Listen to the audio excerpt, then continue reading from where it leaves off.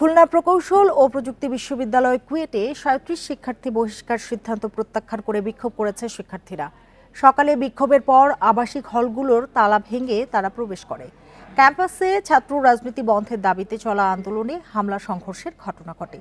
গত 18 ফেব্রুয়ারি সেই ঘটনায় তদন্ত কমিটির প্রতিবেদনের পর সিন্ডিকেট সভায় ৩৭ শিক্ষার্থীকে সাময়িক বহিষ্কারের সিদ্ধান্ত হয়। পরে 6 দফা দাবি থেকে সরে উপাচার্যের পদত্যাগের 1 দফা দাবি ঘোষণা করে তারা। এ সময় বিভিন্ন বিভাগের সামনে গিয়ে শিক্ষকদের তাদের সাথে একাত্মতা প্রকাশের আহ্বান জানায় শিক্ষার্থীরা। সংঘর্ষের সেই ঘটনায় অজ্ঞাত 5-6 জনের নামে মামলা করে কুয়েট প্রশাসন। পরে 25 ফেব্রুয়ারি থেকে অনির্দিষ্টকালের জন্য কুয়েটের সকল কার্যক্রম বন্ধ ঘোষণা করে হল ত্যাগের নির্দেশ দেয় সিন্ডিকেট।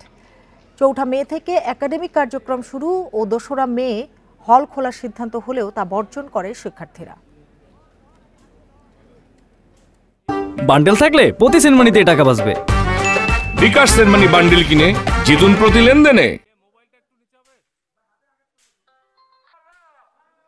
আমরা 6 দফা থেকে 1 দফা ঘোষণা করছি।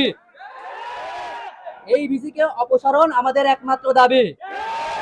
একই সাথে নতুন ভিসির অধীনে নিরপেক্ষ তদন্ত কমিটির মাধ্যমে নিরপেক্ষ তদন্তের দাবি জানাচ্ছে। আরো জানাতে কুয়েট থেকে যোগ দিয়েছেন সহকর্মী অভিজিৎ পাল। অভিজিৎ পাল, এই মুহূর্তে ক্যাম্পাসের পরিস্থিতি কি, আর সমস্যার সমাধানে কোনো উদ্যোগ প্রশাসনের পক্ষ থেকে দেখছেন কিনা? এই মুহূর্তে ক্যাম্পাসের পরিস্থিতি যদি আপনাকে একটু দেখাই, আমরা এখন দাঁড়িয়ে আছি আপনার ডাক্তার এম এ রশিদ হলে।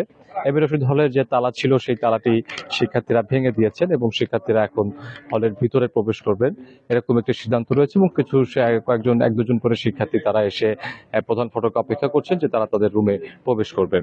শুধুমাত্র এই এম এ রশিদ হল না, এই হলের সহ আরো যে 6টি হল রয়েছে ছেলেদের, সেই 6টি হলেরই তালা ভেঙা হয়েছে এবং হলে শিক্ষার্থীরা প্রবেশ করেছেন এবং তারা বলছেন যে তারা হলে অবস্থান করবেন।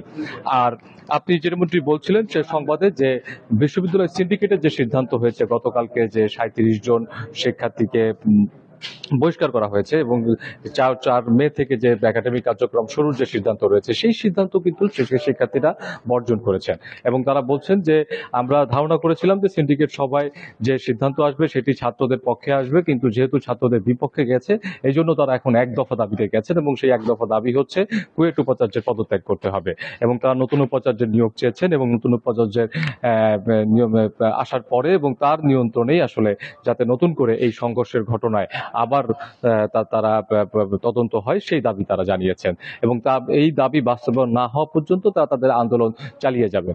আমরা অবশ্যই এই বিষয়ে কুয়েট উপাচার্যের সঙ্গে কিছুক্ষণ আগে কথা বলেছি এবং তিনি আমাদেরকে জানিয়েছেন যে শিক্ষার্থীদের কোনো বিষয় তিনি জোর করেননি, তবে হলে তালা ভাঙার বিষয়টিকে তারা আসলে তিনি বেআইনি হিসেবে বলছেন এবং তিনি বলছেন যে এই বিষয়টি তিনি সিন্ডিকেটে জানাবেন এবং সিন্ডিকেটই আসলে পরবর্তীতে যে সিদ্ধান্ত সেই সিদ্ধান্তগুলো নেবে।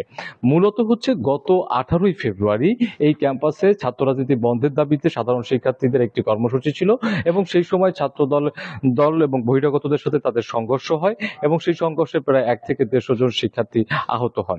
এর কিন্তু পাল্টা অভিযোগও ছাত্র দলের পক্ষ থেকে করা হয়েছে। ছাত্র দলের পক্ষ থেকে বলা হয়েছিল যে বৈষম্য বিরোধী ছাত্র আন্দোলন এবং ছাত্র শিবির মূলত সাধারণ শিক্ষার্থীদের ব্যানারে তাদের যে সদস্য সংগ্রহ কার্যক্রম ছিল সেই সদস্য সংগ্রহ কার্যক্রমে বাধা দেওয়ার জন্যই তারা হামলা করেছে, এই দাবি কিন্তু ছাত্র দলের পক্ষ থেকে ছিল এবং এর পরপরই সাধারণ শিক্ষার্থীরা তারা 6 দফা দাবি নিয়ে তারা আন্দোলন করে আসছিল এবং তারা শিক্ষা কার্যক্রম বন্ধ ঘোষণা করেছিল এবং এরপরে সিন্ডিকেট সভাতে আমরা দেখেছি যে 6 দফা দাবিতে হচ্ছে যে তারা ছাত্র রাজনীতি বন্ধ ঘোষণা করে সাধারণ শিক্ষার্থীরা, বিশ্ববিদ্যালয় প্রশাসন এবং 25 ফেব্রুয়ারি সিন্ডিকেট সভা শেষে তারা পুরোপুরি ক্যাম্পাস বন্ধ ঘোষণা করেন এবং শিক্ষার্থীদের হল ছেড়ে দেওয়ার নির্দেশ জানান এবং এর পরপরই শিক্ষার্থীরা হল ছেড়ে চলে যান এবং এরপর তারা 13 এপ্রিল তারা হলে প্রবেশ করেন, ক্যাম্পাসে প্রবেশ করেন এবং হল খুলে দেওয়ার জন্য তারা আবেদন জানায়।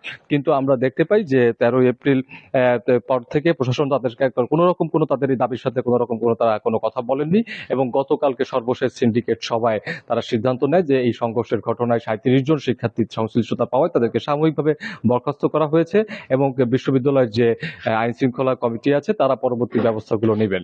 এবং এর পাশাপাশি বলা হয়েছিল যে 4 মে থেকে সেই একাডেমিক কার্যক্রম শুরু হবে এবং 2 মে থেকে হল খুলে দেওয়ার ঘোষণা হবে। কিন্তু শিক্ষার্থীরা আজ তারা হচ্ছে হলের তালা নিজেরাই খুলেছে এবং তারা আপনি দেখতে পাচ্ছেন যে 2 জন শিক্ষার্থী এখনই তাদের যে রুম সেই রুমে তারা ইতিমধ্যে তারা প্রবেশও করেছেন এবং আস্তে আস্তে অন্যান্য শিক্ষার্থীরাও তারা এখানে আসবেন বলে তারা আমাদেরকে জানিয়েছেন। তবে বিশ্ববিদ্যালয় প্রশাসন এই হলে এখন শিক্ষার্থীরা কিভাবে আসবে বা কিভাবে কি করবেন সেই বিষয় পর্যন্ত এখন পর্যন্ত জানাননি।